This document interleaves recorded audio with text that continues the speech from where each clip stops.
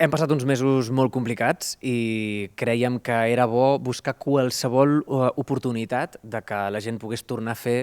espectacles en viu, teatre en viu, música en viu. I aleshores una mica al voltant de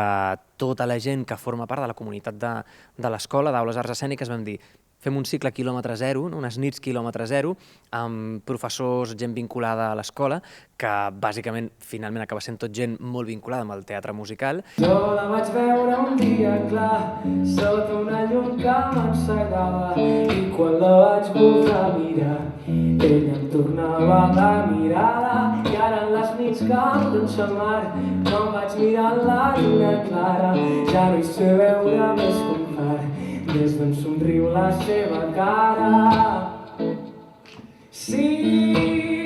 sabés esperar durant molts anys, si pogués somiar que són només instants. Són més de 13 concerts, si no t'ho dic malament de memòria, i aquí hi ha des de Mariona Castillo, Víctor Arbelo, Xavi Navarro, Júlia Jové, Pilar Capellades,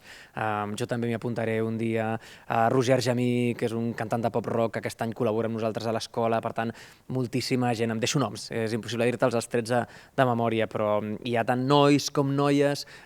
gent que està preparant espectacles expressament per aquest cicle, gent que recicla material que ja tenia, els hem donat llibertat creativa màxima i, per tant, quilòmetre zero, proximitat entre el públic i els intèrprets. Ara que no puc portar-te la rosa, ara que vivim de petons virtuals, ara que el temps lliure em fa tanta nosa i que m'he donat el que és més important, saps que cada dia compto les hores perquè falti menys per tornar-te a trobar.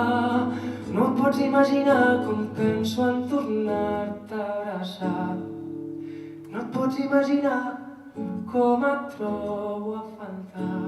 Jo crec que el petit format sempre hi és quan el necessitem, per això jo mai me n'he volgut separar del tot, sempre hi he tingut molt d'efecte i sobretot quan estic ficat en mogudes molt grans sempre m'agrada tenir el moment en el que està a prop de la gent i anar en aquest lloc tan nu que és l'intèrpret sol acompanyat d'un músic o dos, aquesta proximitat, i penso que en aquests moments sí, el petit format ens pot ajudar molt, és molt fàcil de controlar els aforaments, és molt fàcil de mantenir la distància i són projectes de poc risc econòmic per aixecar-los, per tant pot ser una manera, no? Quan vam proposar a la gent que forma part d'aquest cicle si volien cantar, la reacció de tothom va ser sí, per favor, fa molt de temps que no canto, fa molt de temps que no tinc una actuació, fa molt de temps que no tinc un bolo programat, per tant hi ha com aquesta necessitat i això és àgil, és ràpid, mentre ens ho deixin fer. Vull dir que en qualsevol moment també això ho permet el ser format petit, si les circumstàncies obliguen a cancel·lar alguna data i reprogramar-la, doncs també és més àgil de moure que històries o produccions més complicades.